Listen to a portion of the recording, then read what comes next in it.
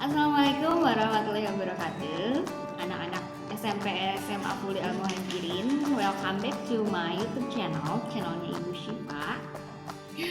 Oke, ada video kali ini Ibu akan coba untuk memaparkan apa sih itu belajar. Lalu belajar itu sebenarnya bukan kewajiban tapi kebutuhan. Penasaran? Cek videonya langsung ya.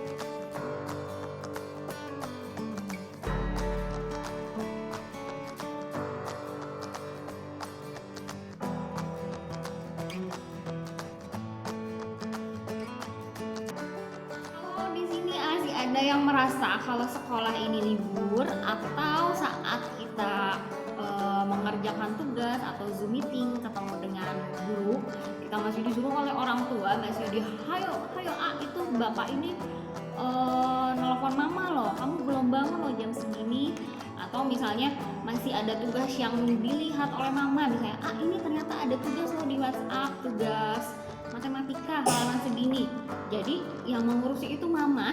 Nah, jangan-jangan kalian ini masih menjadikan sekolah atau belajar ini adalah suatu kewajiban, tapi bukan.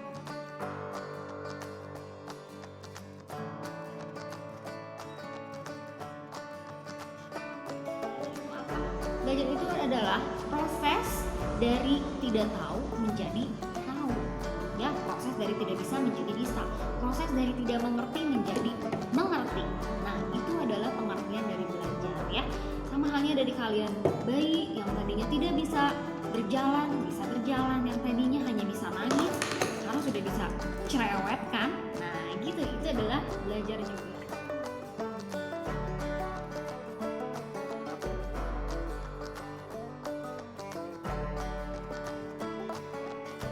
Nah, jika sehari-hari kalian mandi, makan, lalu tidur, itu kira-kira kewajiban kalian atau kebutuhan kalian?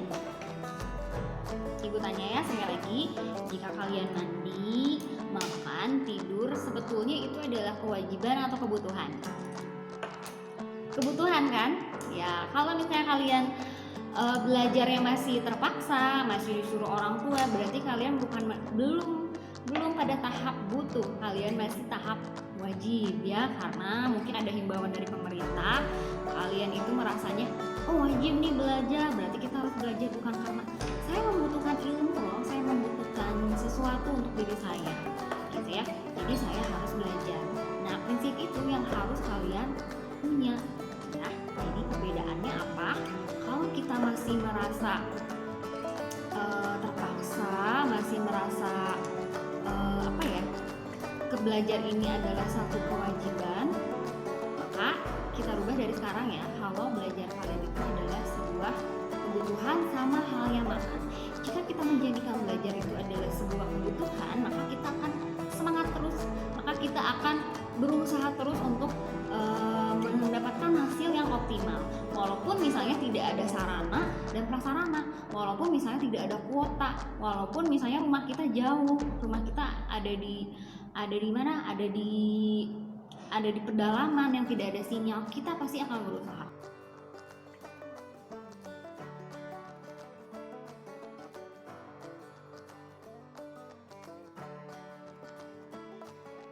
Dan mengapa kita harus belajar? Karena ini adalah kondisi alamiah manusia, ya. Kalau misalnya kita hidup ini tidak belajar, hidup ini hanya diam saja, maka lama-kelamaan kita pun tidak akan berguna, ya. Begitu. Lalu, dan yang esensial adalah mengapa kita harus belajar? Karena sudah tercantum dalam Al-Quran, surat Al-Mujadilah ayat 11. Silakan dibaca ya dan dipahami maksud surat tersebut.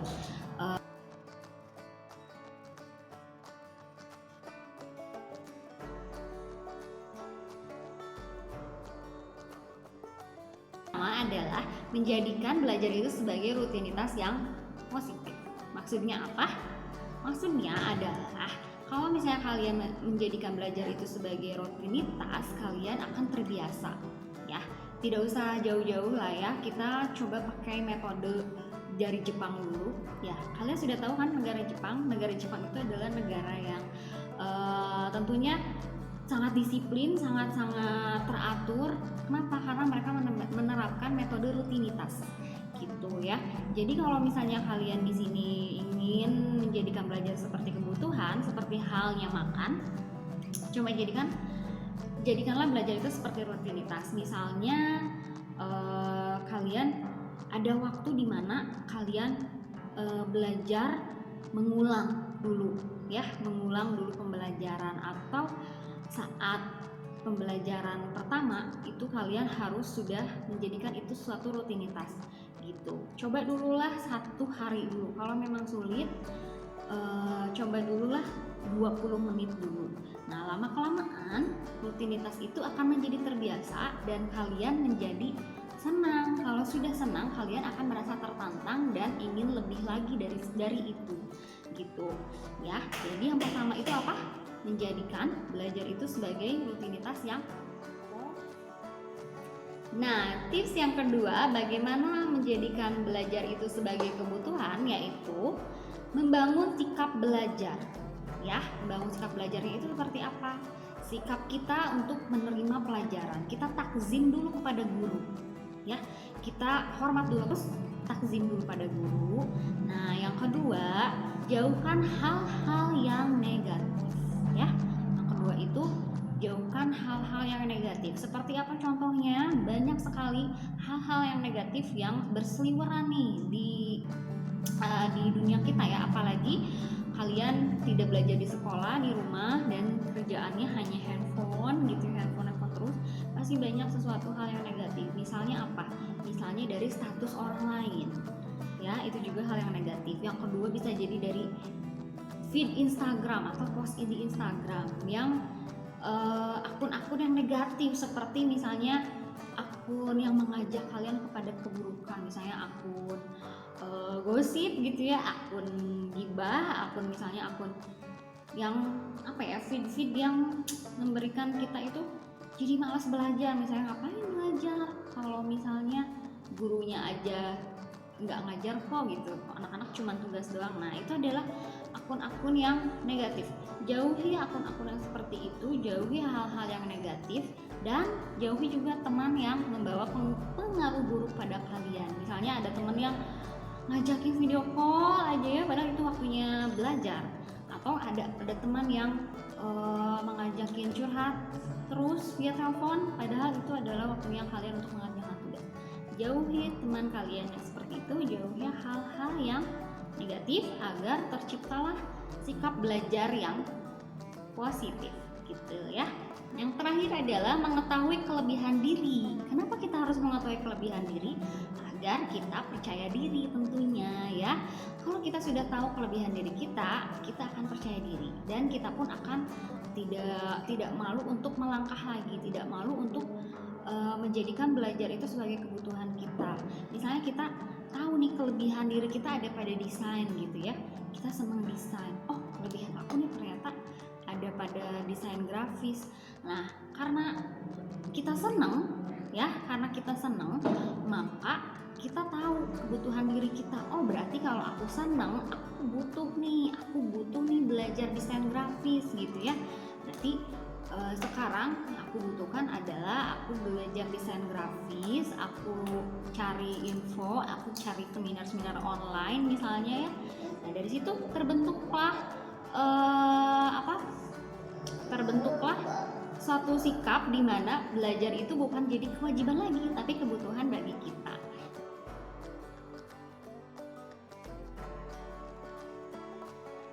Nah, itu dia beberapa tips dari Ibu bagaimana kita bisa menjadikan belajar itu suatu kebutuhan, dan semoga kalian di sini bisa merasakan manfaatnya. Ibu yakin tips ini akan bermanfaat untuk kalian jika kalian mempraktikannya di rumah. Ya, kalau misalnya ada yang ingin ditanyakan mengenai hal ini, atau kalian merasa ya nih aku nih nggak punya motivasi gitu ya, aku malas banget buat bangun, aku ngerasa kalau hari ini libur, ayo kita ngobrol aja di Instagram, boleh lewat DM di sini atau di WhatsApp di sini ya, atau yang mau ketemu langsung biar lebih afdol bisa di sekolah, tapi tentunya tetap dengan protokol kesehatan ya. Jadi mulai sekarang jangan ada lagi yang rasanya kalau sekarang ini adalah libur, itu adalah salah berat ya. Oke, tetap semangat dan tetap sehat, tentunya sehat secara fisik dan secara mental. Semoga kalian diberikan kesehatan oleh Allah dan kebahagiaan juga. Terima kasih. Have a nice day. Wassalamualaikum warahmatullahi wabarakatuh.